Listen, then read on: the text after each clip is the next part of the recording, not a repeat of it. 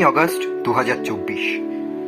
1 বছর আগে এই দিন কলকাতা দেখেছিল এক রাত যেটা শুরু হয়েছিল খুব সাধারণ একটা দিনের মতো, কিন্তু শেষ হলো একটা অবিশ্বাস্য অন্ধকার দিন।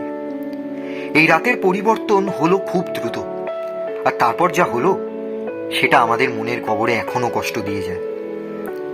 আজ থেকে ঠিক 1 বছর আগে আরজি করের ওই রাত, একটা এমন রাত যেখানে শেষ হয়ে গেল একজন মানুষের জীবন, সঙ্গে তার শেষ অভিশাপ নিয়ে।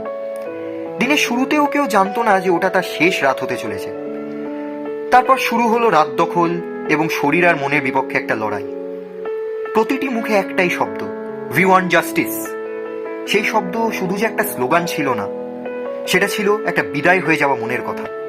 কিন্তু আজ ওই শব্দ, ওই লড়াই, ওই রাত সবাই এক প্রকার ভুলে গেছে। আজ দেশের বিভিন্ন কোণাতে এমন ঘটনার পুনরাবৃত্তি হতে থাকছে, আর আমরা প্রশ্ন করি, জাস্টিস কোথায় গেল? জাস্টিস কি শুধু একটা দিনের জন্য বা একটা সময়ের জন্য ছিল, নাকি আমরা শুধু সময় গেলে অভিযোগ ছেড়ে দিই, মনে করি এটা আমাদের কাজ না?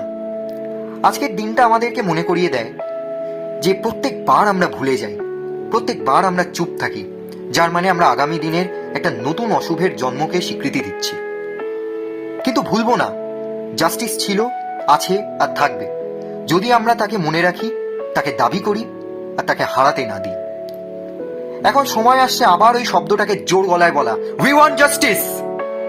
যেন সেই রাতের শব্দ আমাদের কানে আবার ফিরে আসে, আর আমরা 100 বছর পরেও বলতে পারি জাস্টিস আমরা পেয়েছি, কারণ আমরা কখনো চুপ থাকিনি, আমরা কখনো ভুলিনি, এবং এই দেশ, এই পৃথিবী নারীদের জন্য একটা নিরাপদ স্থান হয়ে উঠবে।